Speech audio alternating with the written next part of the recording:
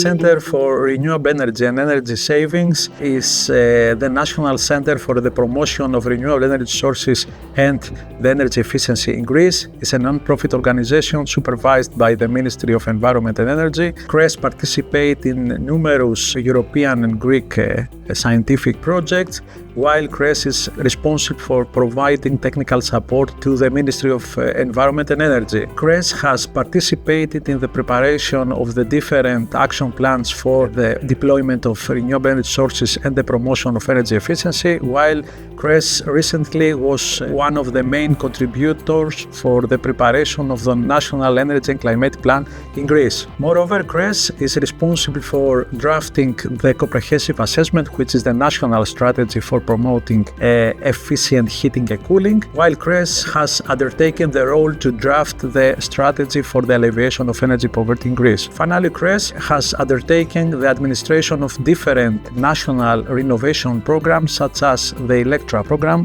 which intends to facilitate the energy renovation of public buildings in Greece. The most significant challenge is to cover the lack of data regarding the actual consumption of electricity in order to satisfy the cooling demand. The procedure for forecasting the evolution of the cooling demand in the future must be updated, take consideration that due to the climate change, the cooling demand will be increased considerably, and taking into account also that the current consumption patterns of the consumers have been changed due to the economic crisis and the COVID-19 pandemic. Moreover, we have to investigate how the inability to satisfy the cooling demand is related with the energy poverty, the summer poverty, because there is strong indication that under consumption of energy intensify the phenomenon of the energy poverty. Finally, the financing of all these investments which are required in order to satisfy the cooling demand must be facilitated due to the fact that the vast majority of the consumer is not capable of contributing the required funds.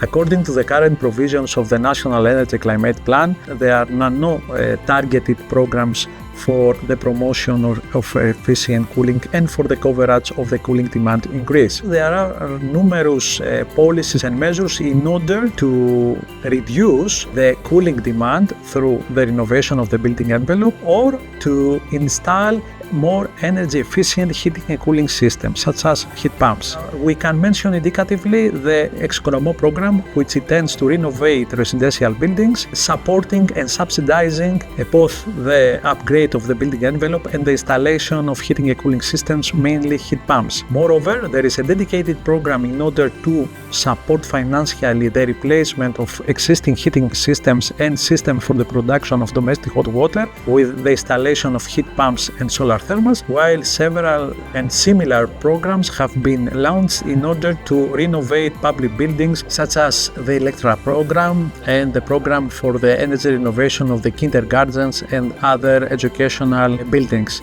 Nevertheless, it is crucial to initiate targeted programs in order to satisfy the cooling demand with the most efficient way in Greece.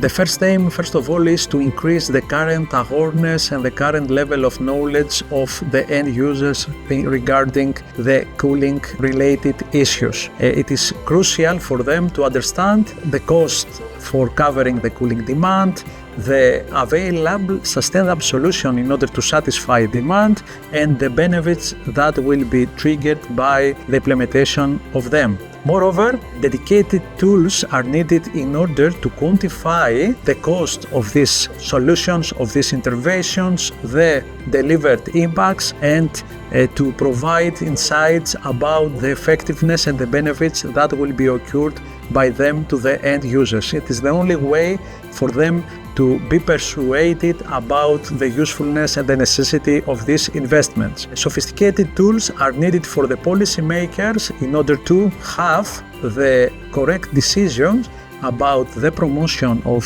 these sustainable solutions, and ideally these tools should carry out cost-benefit analysis in order to justify the cost with the incurred benefits to the society. The aim of these policies should be ideally the maximization of the social welfare.